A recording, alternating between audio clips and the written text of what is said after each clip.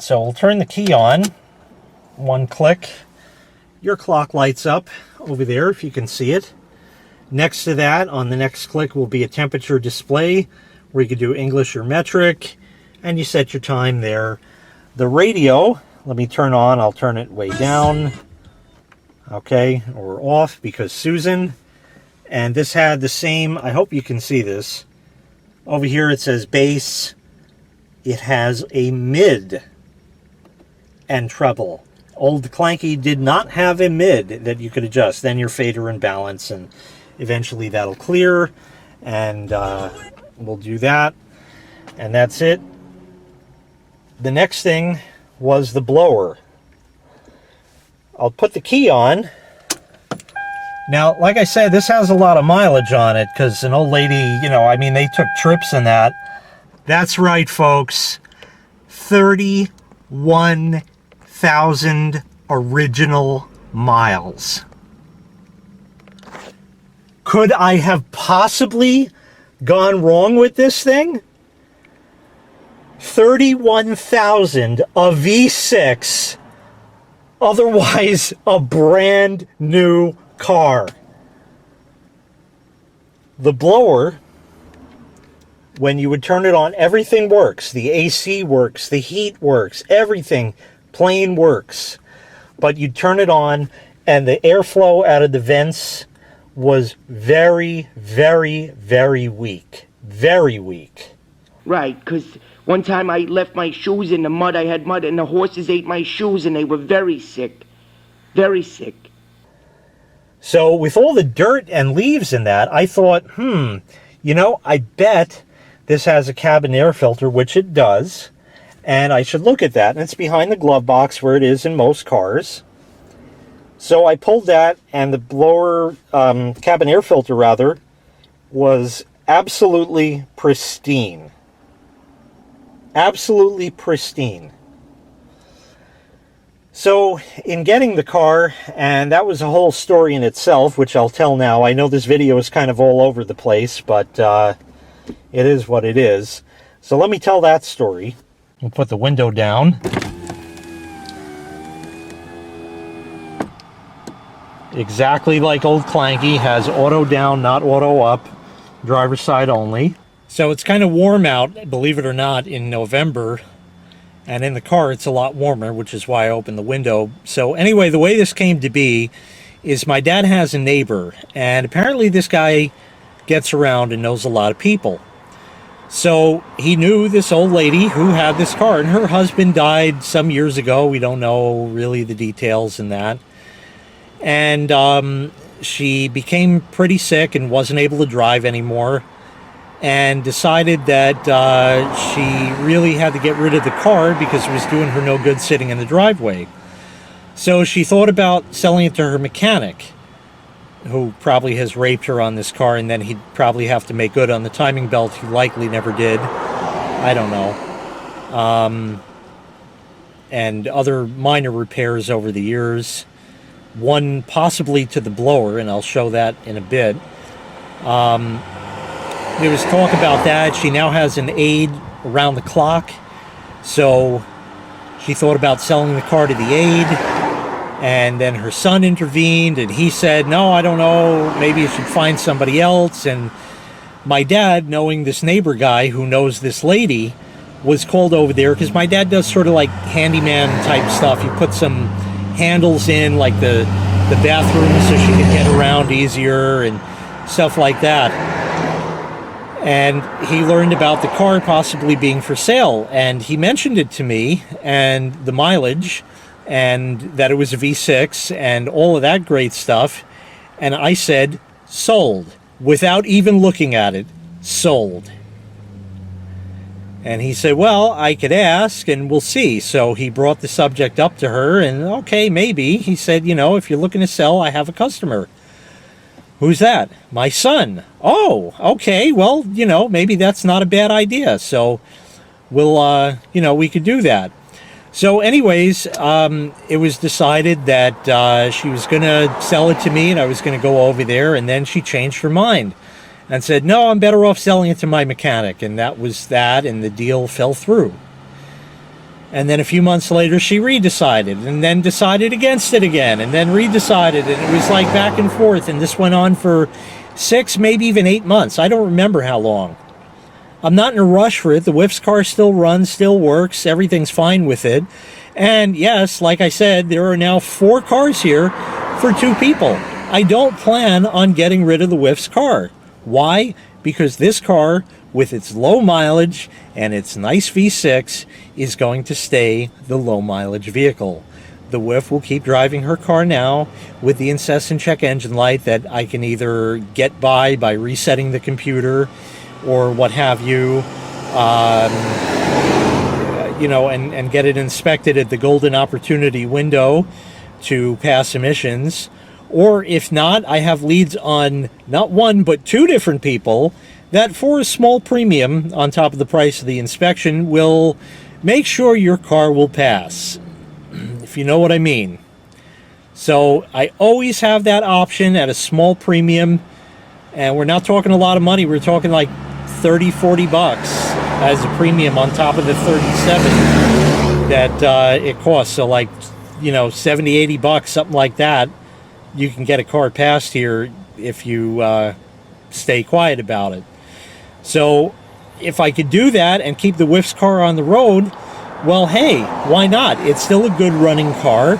It does its thing. It's beat to hell. It's a friggin' beater at this point. You know, who cares what happens to it? Somebody backs into it or something, which they have many a time, and cracked the bumper and fucked it up, and who cares, you know? It doesn't matter anymore. It still drives, it works, and that's that.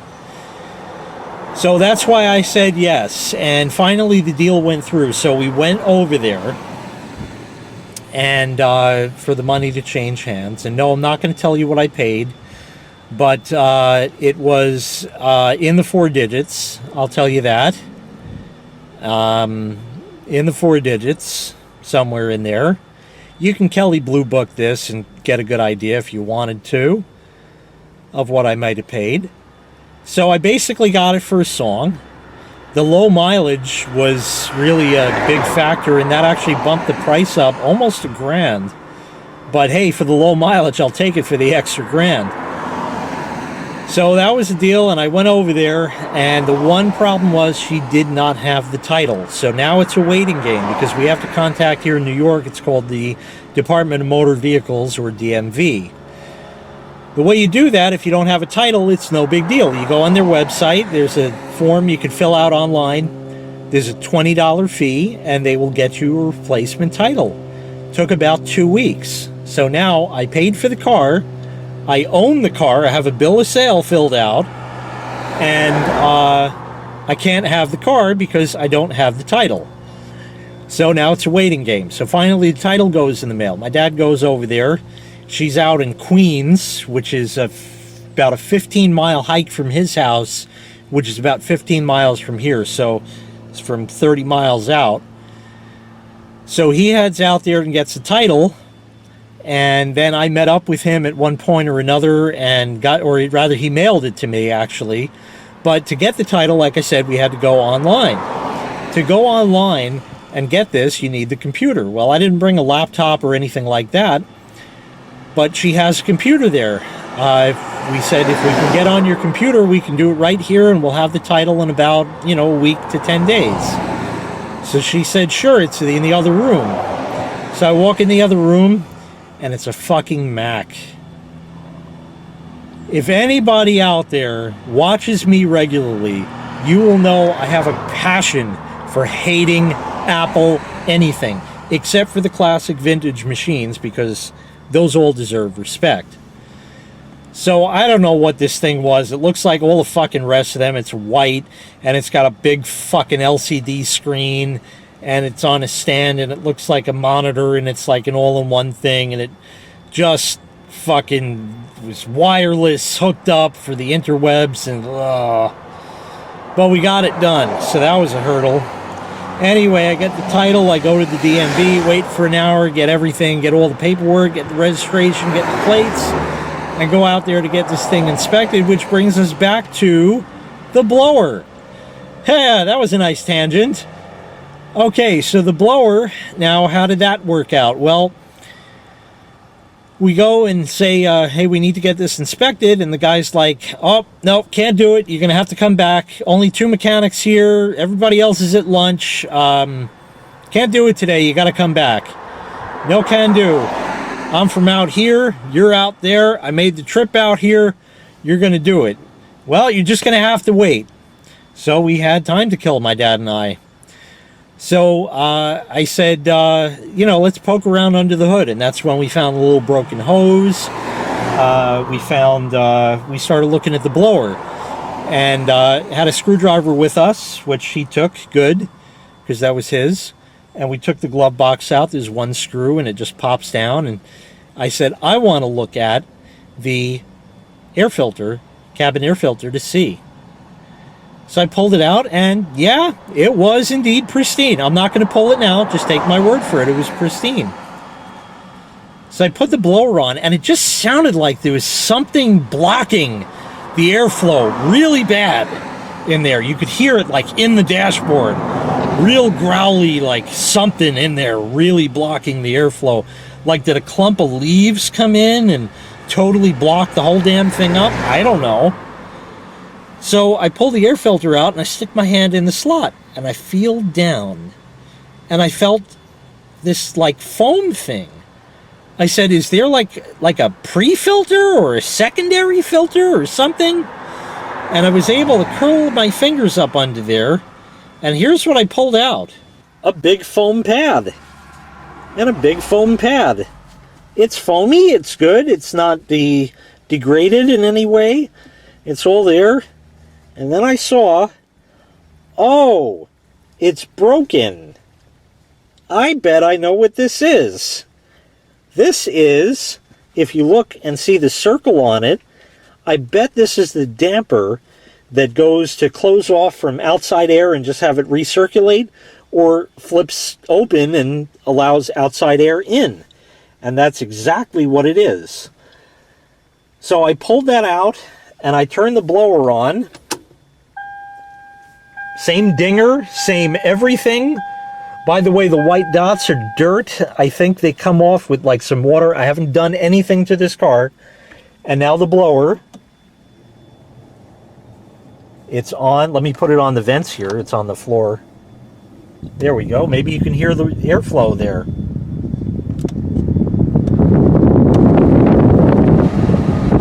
So I'm not going to bother getting my anemometer, but it's blowing like mad. Real nice and strong now. And it was because that somehow got broken and it fell off and was sitting on top of where the blower motor is. It was sitting there to block off almost all of its airflow. So just by pulling this out, I solved that problem. I can't do the recirc. It'll do it. It'll run the servo motor and everything, but there's no damper there to control it.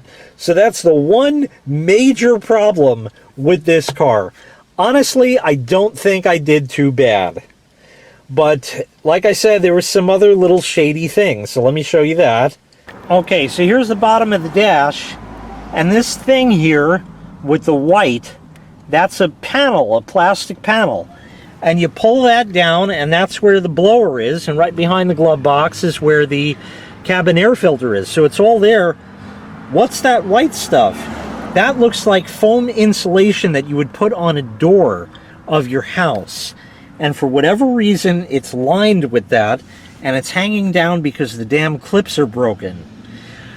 So I bet she had brought this car in and said, hey, the blower's not working, and the mechanic broke the panel to start with, and maybe started fucking around in there some, and broke the damper off for the recirc. I would not be surprised at all to learn that, along with the fact that the timing belt probably wasn't changed. So in the spring, I want to try to pull the timing belt cover and have an inspection on it. But otherwise, 31,000 original miles. I am the second owner of this car, and I know you want to see it start up, so that's what's next.